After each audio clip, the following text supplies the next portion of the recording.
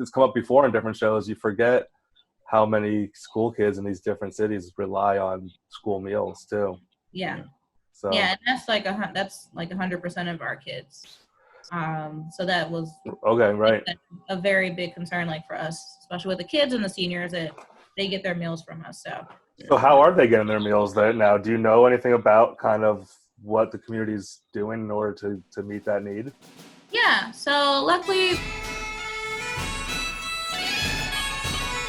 Hey, we're back here on ND Generates for Good. We are brought with Nia Daye, who is a Notre Dame alum who is out there in the community doing some great work, and we're going to learn a little bit about what she does for the community. Hi, Nia. Hey, hi. Thanks again for having me. Yeah, sure. Thanks for Yeah, joining us. Yeah, thanks. As Matt mentioned, I am an ND alum, class of 2013. I'm originally from North Jersey, so New York area, but have been living in Philly for just about like 6 years now. And I am involved in the community in a lot of ways. So mainly is my job. So I work for a local nonprofit here in Philly. We're called Mercy Neighborhood Ministries. And we're located in North Philly, and we focus on providing services to those who are experiencing poverty. So our programming ranges anywhere from, we have preschool for Head Start programming, so completely free for our kids to attend that. After school programming that has STEM and now athletics in it, and obviously academics. Adult education for those trying to complete their GED, and then also an adult day program for seniors. So we pretty much say like we help the whole family is really our model, and just being able to kind of move them out of the current situation and hopefully put them on a path where their family is also changed dramatically and not experiencing poverty anymore either. So oh wow. Yeah, since the pandemic, unfortunately, but we understand we had to close. So we've been closed since March, I guess March 13th or 14th was the official day we closed. Okay. We followed the school district protocols, and then obviously pretty much all of Philadelphia was shut down. So obviously that put us in a tough situation, and obviously put the families and students and seniors that we serve in a really bad situation as well. For our families, especially like our kids and our seniors, they get their meals from us each day. So they get at least breakfast, lunch, and then for the kids also a snack. So it's like 2 out of 3 meals that are already covered for our families that they don't have to worry about. Obviously just the care, like also the concern of our families, of especially like our seniors not being able to have someone somewhere safe, or like having the nurses that we have on staff assist during the day is usually a really huge help for families. So this pandemic, honestly, I think obviously just took everyone aback.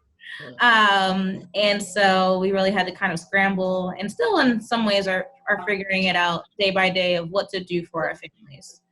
How many families are we talking about at that location? We typically say like we serve at least 300 families throughout the year. Wow. So like with our child care program, I'm smiling because I'm just thinking about our little kids. So preschool wise, we have 2 locations. So between the 2 locations, we have at least 100 preschoolers. And then after school is about like 170 or so. And then seniors are like 35 seniors that are in our adult day program. And then probably like 27 to 30 adult ed students trying to do GED or computer training and stuff like that. So, and then we do like small different events or different initiatives throughout the year too. So we do like food giveaways during Thanksgiving, or we started a meal box program with a local pantry here actually last May. And so just trying to do different things that we feel best serve the needs of the family. So probably at least 300 families. Oh, there's a lot of people that are put in rough shape right now. Yeah, and so it's been hard. I think it's been hard for all of us just to, one, process it, 2, even we've heard from our parents. We're still doing like Zoom classes with our preschoolers. So our preschool teachers are still teaching our kids every day. And just hearing from the parents too that the kids are really missing just seeing their friends and their teachers and some of us staff every day. But this is somewhat providing some sort of balance for them, and them still being able to do their activities and keep them on track and things like that. So one way we figured out how to do something. And then in terms of the food situation, we started a relief fund. So we have a Mercy COVID relief fund. It can be found on our website. So our website is mercyneighbors.org. And through that, we're utilizing the funds to first, we started off by buying ShopRite gift cards. So gift cards to give out to families when we're still trying to figure out how do we go about setting up at the site and getting in touch with the city. It's kind of, everything was moving so quickly. So the first thing we knew was since we had a relationship with ShopRite already, we got some gift cards so that we can give out to families. Lately, that's also now we partnered with a local caterer, and so she's helped us provide weekly meals for our seniors. So that's been good. And then also our plan and our hope is also to set aside a little cushion fund. So we kind of had this already that we do occasionally, but especially considering we know a lot of our families are really, really going to be affected by the loss of employment, just issues with jobs, just having the everyday struggles, and now this pandemic just piling it on 10 times. Yeah. So we're also hoping to utilize some of these funds and some of the grants that we applied to, using those dollars to set also aside like a relief fund that if our families need assistance paying bills or things like that, or everyday needs, that we can also be able to, take money out that fund and hand to them to utilize for things. That's incredible. So, yeah. And how's the morale been with the families that you guys work with? How have they been? Have they ever been receptive to everything? Has it helped them? Yeah, so I think they've been pretty receptive. We've been asking them and just trying to keep communication with them. It's been interesting. It's been great for me to, even though we can't physically be in person and face-to-face with one another, we're still being able to maintain an interaction and conversation with the families. So both through like our teachers, they, like I said, they see them every day still in an interactive way. I've been using social media a lot, especially to just stay connected with the families and have conversations with them as well. So that's been a nice way. But I think families are trying to do as best as they can, given the situation. And I think it's good to know that we're helping in some way, like alleviate some stress or concern. So we got some feedback from a couple parents, and they're like, this has made the process very easy for us, not having to deal with what to do with my child in terms of academics and what does that look like. And we pretty much like set a schedule for them for every day. So we send them, this is what you're going to be doing for the next week. So alleviating that stress is helpful, but I think it's obviously still the concern of, when is this going to end? What does my job situation look like? And we're just trying to find the best way that we can support them in any way we can. So just continuing to ask them, how are you doing? What things do you need? Are there other resources that we need to look out for you? And if we can, trying to do that as well. So. Oh, that's cool. You had mentioned doing some like remote interactive kind of classes. What's the participation been like? Have people had access to that mostly, or have you noticed that what's the participation been like? Yeah, so it seems like, I don't want to say 100%, but we've had probably at least 75, 80% of parents practice. I think as long as they are able to, if they're not working or they're not taking care of a family member, our parents are pretty involved anyway, which is always good. That's half the battle, or more than half the battle. Right. So they just want to also ensure that their kids are staying on track as much as possible. So they even have sent us pictures. We've asked for that, like pictures of the kids doing their work or sitting up on the chair and watching the Zoom with their legs kicked back. So nice to just see and have kind of a glimpse of, what our kids are still doing and knowing that they do feel still somewhat connected to Mercy. But yeah, so it's all three of us have kids, and we can relate to how hard it is Yeah. being home, Oh, trying to balance everything going on. And even when there's like, I see a lot of people saying they're bored or that there's like, you got to fill the day with a lot of stuff to do. But God, it still feels like there's never a moment, yeah. especially now at home with everybody being all home. But on the bright side, trying to find silver lining. It's been nice spending a lot of time with the family too. So I think a lot of people are going through a little renaissance there, or hopefully. Yeah. I learned how bad of a teacher I am. Everyone's not a teacher, so much more appreciation. That's why the teachers are the teachers. So My ability to explain is not very good. We've been oh, sorry, go ahead. Especially when you got a 4-year-old where yeah. Right. Well, my wife's been talking about kind of like what the different schools are doing with the different kids from the playgroup and trying, everybody's got their different we have a 3-year-old, so that's like preschool, the different preschool envy that goes on, and you hear the different programs that people are installing, and it's great to be in a time when you can even do something like this, because I can't imagine pre-Zoom, so to speak. Yeah. The different ways that you would have to handle something like this, and from an education perspective, it's crazy. And then it's come up before in different shows, you forget how many school kids in these different cities rely on school meals too. Yeah. So yeah, and that's like 100% of our kids.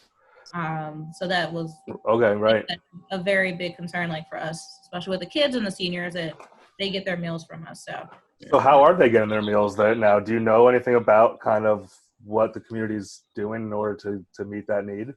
Yeah, so luckily the school district did act like pretty quickly with this, and so there are about like 25 schools across the city that set up meals for kids, and they're not even really checking, which has been good. They haven't really checked to see like, okay, do you qualify for this program? Okay. Really at this point in Philadelphia, it's like if you're a school age child and you need meals, come take the meals. And parents have been able to go and grab the meals for as many kids as they need. So first it was 2 times a week, and you could only grab like 2 meals each day. Mm-hmm. But then I think they realized that it's just hard to kind of keep track of that. So if you come one day, you need to grab meals for the week for your kids, that's fine. So they do it about twice a week, so Mondays and Thursdays. And there's a whole list of sites that are doing that. And then, like I said, we additionally are also just providing some additional like ShopRite gift cards or cash or meals for our families as well, just so that they have enough food and don't have to worry about that. And you were saying, was that mercyneighbors.org that people can go to contribute to that fund? Yep. So that's our website. And you can there's a donate button at the top. And then if you scroll a little bit too, there's also a link there to click on the relief fund. So nice. And we'll make sure that we put up some links when this goes out and direct people to there to see how they can help or see if they can contribute. That's the hope of the show. Yeah, I appreciate that. Yeah. So Nia, I'm curious, like after you graduated from Notre Dame, it looks like you had a bunch of interesting jobs, like worked for the Sixers for a little while. Yeah. Cool. But like, I mean, that's all good work, I'm sure. But like, how did you transition to this kind of role? And what inspired you to take this kind of job? Yeah. So I kind of, yes, I did hop around. I thought I was going to work in sports, and then things change, as you graduate. But I always had like a love and passion for nonprofit work. I always volunteered. Even from high school, I started off with Relay for Life, and I'm actually really still involved with the American Cancer Society here as well, in their office here. So I've always had a love and passion for volunteering, and I think I just never always assumed that it could be a full-time role until I was going through some transitions, and obviously really talking to my parents, and they always said this to me when I was younger, but they're like, just find out what you love, and then everything else will figure it out on its own. So I am a part of the Notre Dame Club here. I'm one of the board members for the Notre Dame Club of Philadelphia, and a choir from campus that I was a part of, Voices of Faith, they were traveling to Philly about, I guess, 4 or 5 years ago, and I was looking for a place to help them find a performance space, and it just so happened that an alum was on our mailing list that I sent out just asking for a space. He's not a part of the board or anything. He just happened to be on the email. And he was like, oh, well, I have the center. It's in North Philly. It's not Center City, but I think like it could be a good spot. And so it was Mercy. And so the alum was also a board member, and he's still a board member at Mercy. So he kind of introduced me to them. And then after going to the space, I was like, oh, this is amazing. I would love to volunteer here. So then they were like, oh, well, why don't you help us in starting this program? So I started working with them on kind of a mentorship program with the after-school students, a Saturday mentor program. And then I wasn't completely satisfied in my current job, so I knew I was looking for something and decided on nonprofit or higher ed. And luckily, Mercy decided that they were also looking for someone to bring in as a assistant director of fundraising. So they knew I was looking and they were looking. So they said, hey, if you want to apply, you should definitely apply. So luckily I applied, interviewed, and 2.5 years later, I'm still there. So There you go. yeah, All right, so cool. ND connection that actually kind of introduced me to Mercy. So I'm very grateful to him for that. It's actually Jack Crowley that introduced me. So Okay, yeah. That's cool. That's Yeah, all, I yeah. mean, one of the good reasons we ask that question always is to see, we always end up hearing about, the Notre Dame community, helping out the Notre Dame community in all these different places. And it's That always is also how I got my first job with the Sixers, was through an ND connection. Okay. Yeah. Nice. Yeah, and D Connection brought me to Philly too. Like when I graduated, I went to work for Roman Haas in 2001. there you go. Yeah. I could have ended up in like Indianapolis or something like that instead. Yeah. Philly's way better. Yeah. I'm trying to remember. I think back when I first moved to LA, I got a job on a show called Monster House, and it was like from a Notre Dame, someone in the Notre Dame film program who was out in LA, like word of mouth. Like I didn't even know the person that got me the job, but like next thing you know, I was like running to Home Depot to make the grocery run or like the supplies run for this remodel show. That's funny. Yeah. MB connections, they're Everywhere. Speaking of ND, let's talk Notre Dame a little bit. We always like to ask if you have any good stories that come to mind or anything that you want to talk about campus or your experience there. We always like to put our guests on the spot. Okay. Well, I guess this is like it was freshman year, so it was I love sports, football. So coming in, that was already great, but I will say that actually the best football memory I have was actually my first tailgate at Notre Dame my freshman year. Opening day, and we were tailgating and we were in the parking lot, and then I see someone like driving by, and I'm like, is that Jerome Bettis? And then someone was like, yeah, and I was like, oh my God, that's the bus. Why is the bus here? I was like, cool. They're like, yeah, he went here. I was like, yeah, but like he's really actually here. So then talking to him, and he just happened to also be in the cart with another ND alum who at the time was the CEO for Sprint.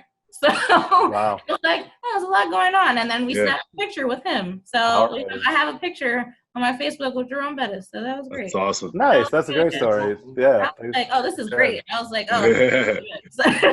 And like one of the first home game weekends. So it's like, oh, wow. Right off the bat. What happened? So I was like, oh, I can get used to this. This is great. Yeah. So you said you love sports and the football team was your memory. Who's your favorite player? Do you have any player that comes to mind that you really enjoyed, whether when you were there or watching since or before? Oh, wow.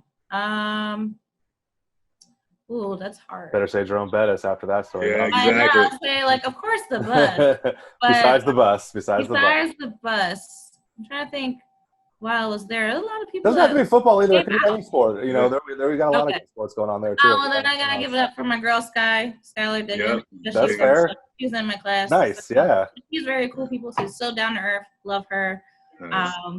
And also her husband. He's great too. All right, there you go. Nice. Shout out to them. Like, she's an elite Notre Dame athlete. That's for sure. Yes. Yeah. So Sky was great. For sure. You guys got any more questions? What else should we ask? Anything? Based off of your experience at Notre Dame, what was it that prepared you for what we're going through now? It's a lot, and you know, a lot of people are having some difficulties getting used to it financially, emotionally. Like, you know, what prepared you and has helped you kind of navigate through this and be positive still?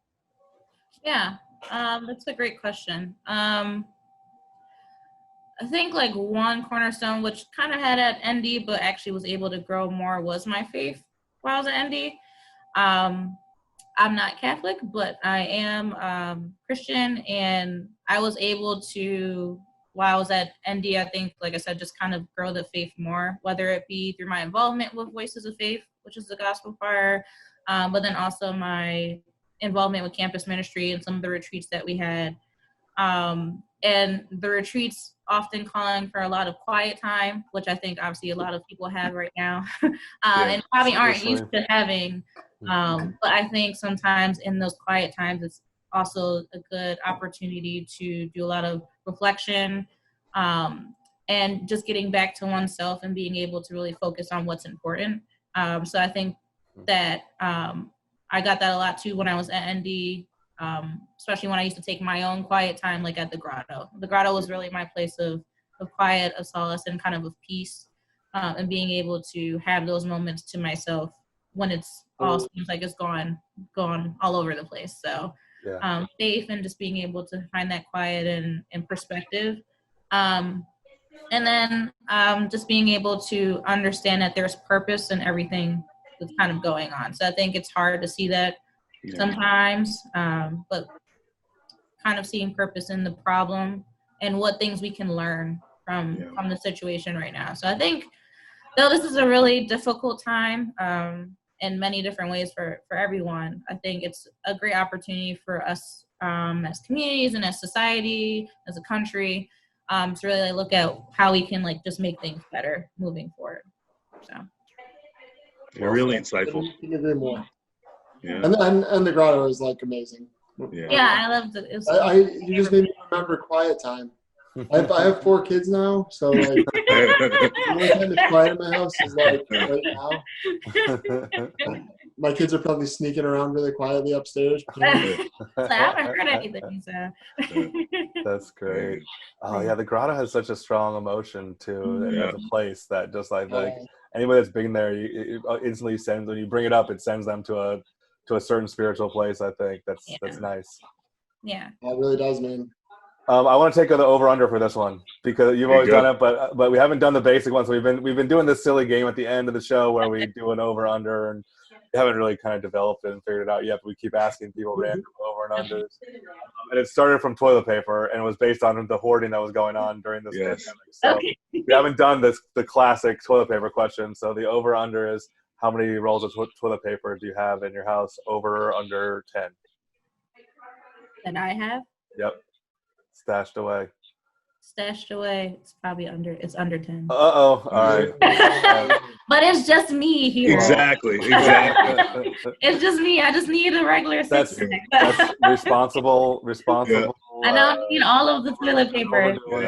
Yeah. I respect that. You've been on the bamboo stuff lately.